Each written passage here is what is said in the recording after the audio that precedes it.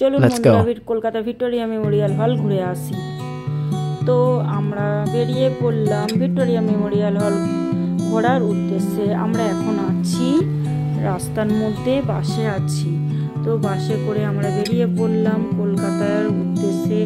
তো আমরা চলে আসলাম দক্ষিণেশ্বর ব্রিজেতে। দক্ষিণেশ্বর ব্রিজ, বালির ব্রিজ, এটা আপনারা নিশ্চয়ই সবাই জানেন। তো এখান থেকে দেখে নিন, দক্ষিণেশ্বর মন্দির দর্শন আপনারা করে নিন। আর এই হচ্ছে মা গঙ্গা। গঙ্গার উপর থেকে আমরা যে বাসে করে যাচ্ছি, বাসে করে যাওয়ার পথে দক্ষিণেশ্বরের উদ্দেশ্যে দক্ষিণেশ্বরের নামলাম। বাস থেকে নামার পরে একটু খাওয়া দাওয়া করে নিলাম। একটু খাওয়া দাওয়া করে নেওয়ার পরে এই হচ্ছে এটা দক্ষিণেশ্বর রেলওয়ে স্টেশন। তার পাশে আছে দক্ষিণেশ্বর মেট্রো স্টেশন। তো দক্ষিণেশ্বর মেট্রো স্টেশন থেকে আমরা চলে যাব কলকাতা ভিক্টোরিয়া।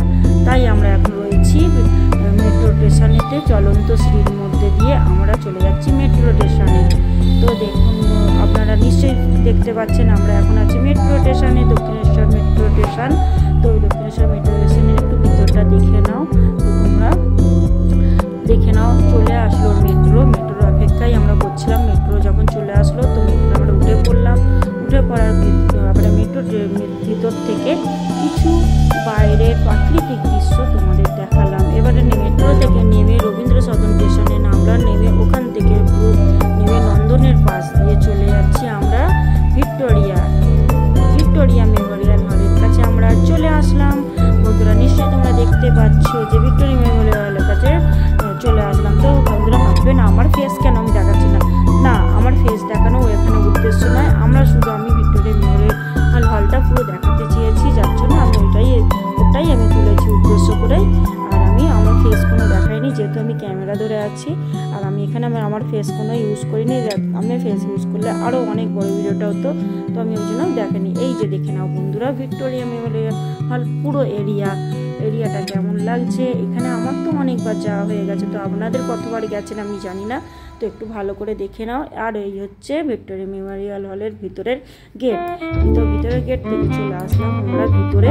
তো ভিতরের সামনের দিকে আছে কিছু রাজরাজাদের ঐতিহ্যবাহী কিছু জিনিস সাজানো আছে, পুরনো জিনিস। সেই পুরনো জিনিসগুলোকে, এটা হচ্ছে মডেল। তো মডেলটা একটু ভালো করে দেখে নাও। আর এইখানে আছে অনেক পুরনো ছবি আছে, ফটো ফ্রেম করা আছে। আরও রাজরাজাদের তরোয়াল, অস্ত্র শস্ত্র, আরও অনেক রকম মোড়বা, অনেক কিছু রাখা আছে পুরনো জিনিস। তো এখানে ভালো করে দেখছো, একটু দেখো ঘুরে, একটু হল খুব সুন্দর। আর এখানে আছে তরোয়াল, অস্ত্র শস্ত্র, আগে যেসব রাজারা যুদ্ধ করতো সেসব জিনিসগুলো এখানে খুব পুরনো জিনিসগুলো খুব সুরক্ষিতভাবে রাখা আছে। তো এখানে আছে বল্লার আছে, তরোয়াল আছে। আর এখানে আছে হাতির দাঁতের তৈরি হচ্ছে চেয়ার। আর এখানে আছে পুরনো রূপো বা সোনা দিয়ে তৈরি সেসব জিনিসও রাখা আছে এখানে। তো ভালোই আপনারা দেখতে পাচ্ছেন। এখানে দেখুন যে ইংরেজদের হাতের বন্দুক আছে বা অনেক আরও অস্ত্র শস্ত্র আছে, আগেকার এসব ইংরেজরা ব্যবহার করতো।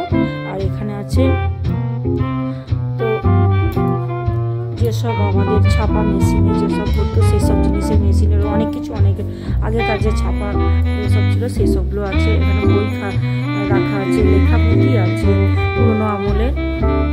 তো আমি সব কিছু নাম হয়তো আমি বলতে পারছি না, কিন্তু তার সত্ত্বেও আমি বলছি, যেগুলো আমি বুঝি সেগুলো তোমাদের দেখালাম।